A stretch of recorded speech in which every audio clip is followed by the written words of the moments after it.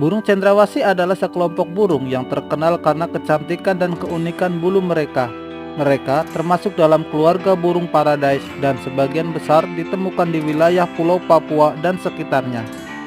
Keunikan fisik dari burung cendrawasih yang terkenal adalah bulunya yang indah dan berwarna-warni. Bulu-bulu ini seringkali memiliki bentuk dan pola yang sangat khas.